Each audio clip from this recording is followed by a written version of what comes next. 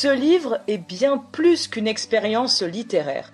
C'est une célébration de l'amitié, de la créativité et de la solidarité. Voilà ce qu'on retrouve dans la préface du recueil des histoires complètement dindes. Pour nous parler de ce projet solidaire et littéraire, j'accueille Sonia Kermen, qui est la directrice et marraine de ce projet. Bonjour Sonia, comment vas-tu depuis les États-Unis quand même?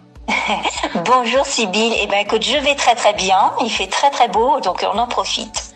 Nous, du côté de Charenton-du-Cher en France, c'est mitigé, on a beaucoup de nuages, on a eu un petit peu de pluie, pas trop de soleil, donc c'est tant mieux que tu nous emmènes le beau temps depuis les US. Merci à vous de me recevoir.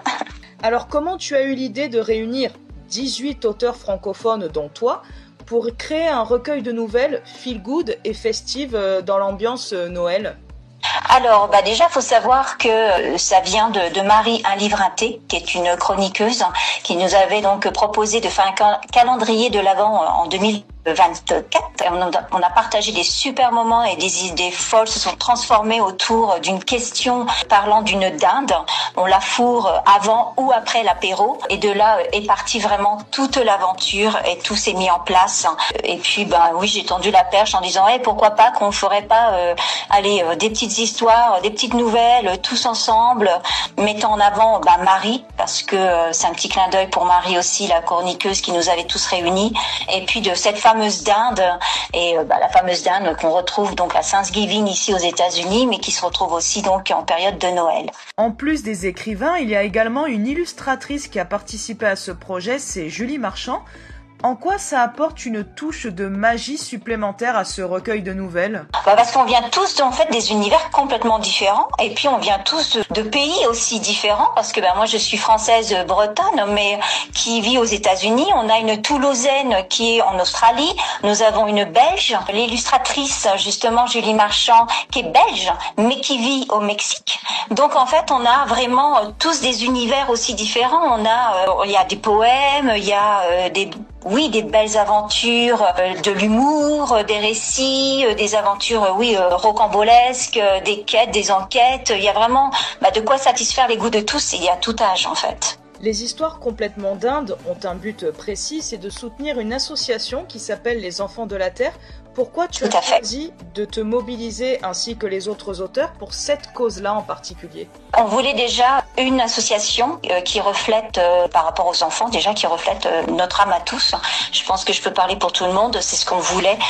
Déjà en premier, c'était aider les enfants, leur redonner le sourire, surtout en cette période de l'année, et les enfants en difficulté. Donc c'est venu, on avait choisi cinq associations et on a tous voté et on s'est retrouvés avec tous l'association de Enfants de la Terre, de Marie-Claire et de Yannick Noah. Si on doit donner un ordre d'idée pour chaque achat du livre, c'est combien qui sera reversé à l'association? Nous, en tant qu'auteurs, on est tous bénévoles. Tous les gens qui ont participé à ce livre, ils sont tous bénévoles, jusqu'à même l'illustratrice. Donc, tous les bénéfices du livre sont reversés à l'association. La sortie officielle du livre est prévue pour le 1er novembre, comme par hasard au lendemain de la fête d'Halloween. Oui, un petit clin d'œil aussi.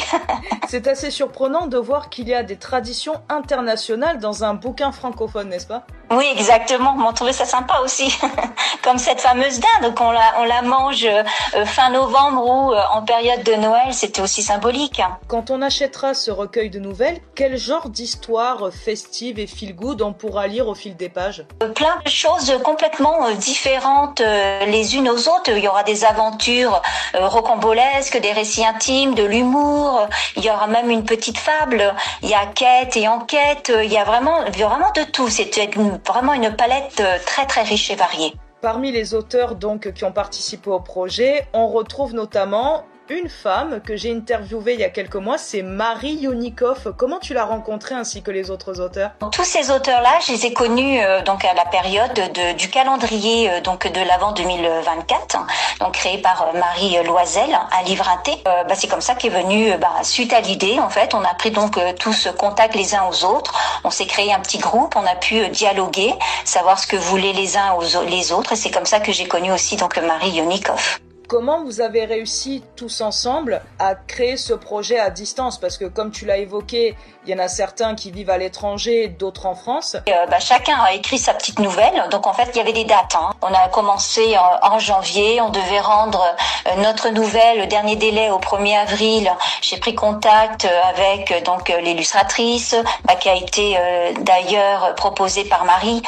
Nous avons après contacté pareil. Chacun avait son correcteur, mais on a aussi pris une correctrice professionnelle pour vraiment finaliser la dernière coquille du projet. Et puis il y avait ce groupe justement où on se contactait régulièrement, où on parlait des uns des autres. J'ai contacté l'association, j'ai pris contact avec le plus gros du groupe pour dire d'avancer le projet. Pour la fin de l'année, vu que le livre va sortir le 1er novembre, est-ce que tu as prévu d'organiser des événements pour promouvoir les histoires complètement dindes avec les autres auteurs? Complètement, oui. On va se retrouver donc le vendredi 7 novembre à 19h à la librairie du Pinseret, qui est à rue Général de Gaulle à Poissy, en région parisienne, dans le 78. Et voilà, donc on va partager. On sera, pour l'instant, on est un peu plus d'une dizaine d'auteurs, donc d'autres doivent encore revenir justement à savoir s'ils seront présents ou pas à cet événement.